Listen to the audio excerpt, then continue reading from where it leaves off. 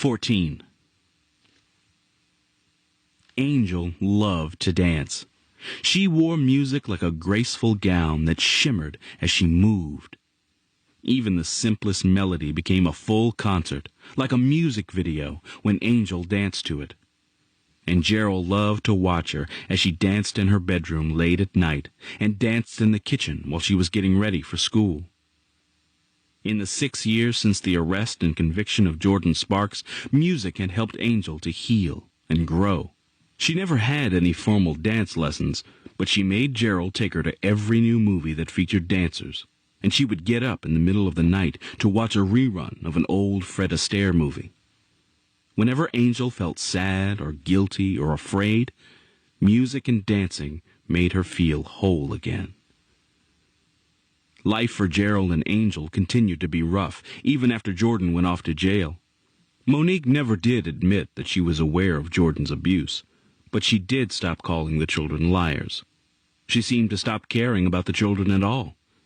Sometimes she went to work, but sometimes she just slept all day. They had moved 4 times in the last 5 years because Monique forgot to pay the rent.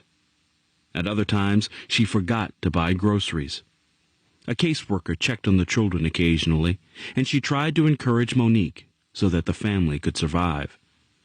Gerald learned to cook and shop with food stamps and wash clothes at the laundromat. He never complained about the difficulty of taking care of his little sister. Rather, Angel's hugs and smiles kept him going. Gerald was her warrior and protector, and she adored him. Tiger, the kitten from that terrible Christmas 6 years ago, was the fat and clever ruler of wherever they lived.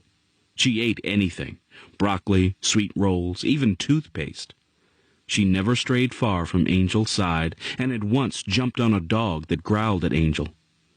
Angel never slept without Tiger, who was the only one there to comfort her in the darkness of the night, when old fears came creeping from the past. Angel, who was now 12, was thin and shy.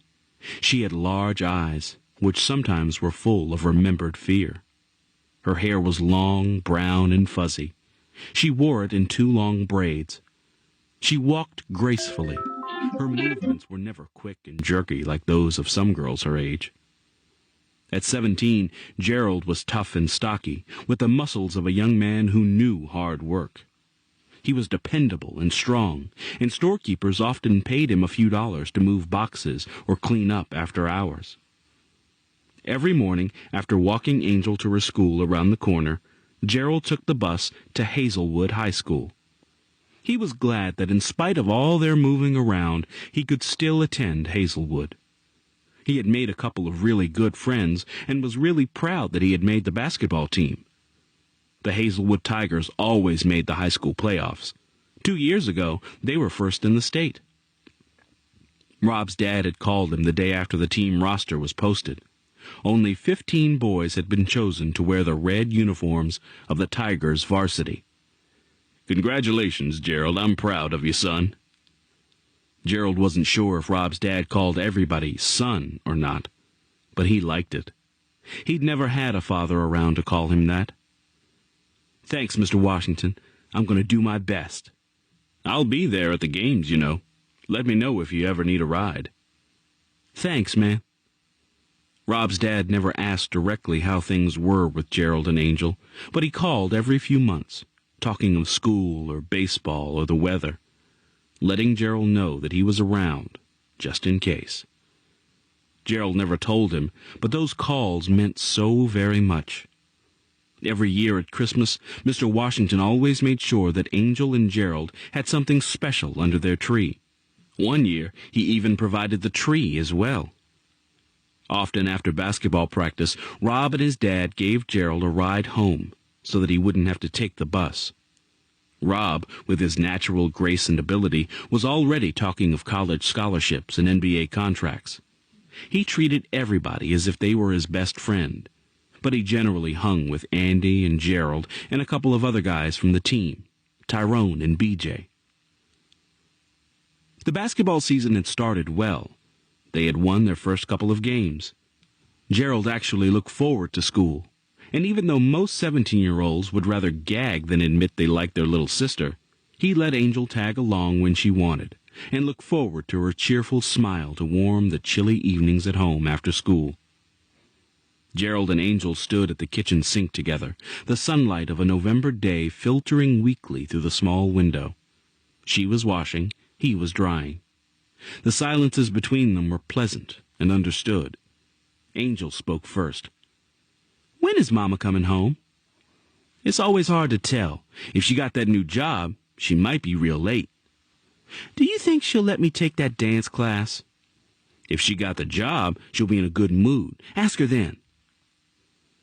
"Gerald, you got basketball and sports and stuff. I got nothing but the music inside of me. I want to dance." "Hey, the man at the chicken place around the corner said he'd let me wash dishes after school. I could get paid for what I'm doing here," he said, laughing. "Then you could take the dance class." "Nah, Gerald, you stay on the team. You can't quit basketball." "I think you like running around in your underwear," she replied. Gerald grinned and flicked soapy water at her. She squealed and giggled, dipped her hands in the sink, and shook her drippy fingers at his face. Gerald laughed, ducked, and just as he was chasing Angel around the kitchen with a full glass of water, Monique breezed inside with a burst of winter air. "Ooh!" she exclaimed. "It's a freezer out there. How's my babies? And what's this water doing all over the floor?" Monique had not changed much in the past few years. She was still very pretty, with a tiny waist that looked good in the gold belts and shiny sashes she liked to wear. She took great pride in her hair, changing its style and color to fit her mood.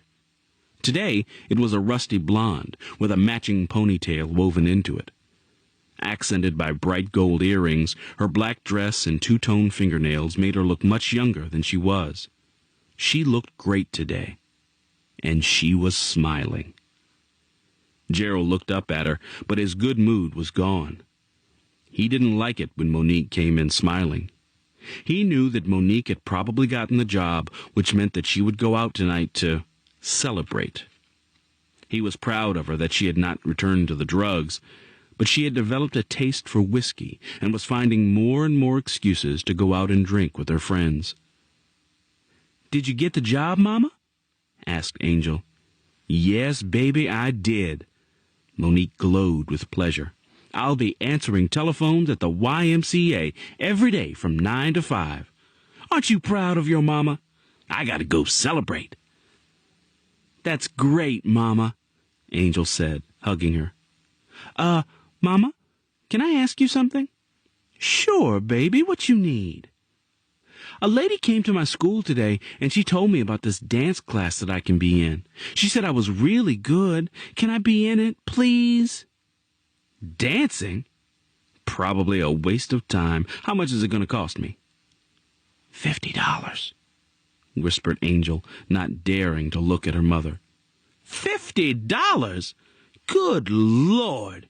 Hey, Gerald, has the rent been paid this month?" "Yeah, Monique, it's been paid. Let her try it, okay?"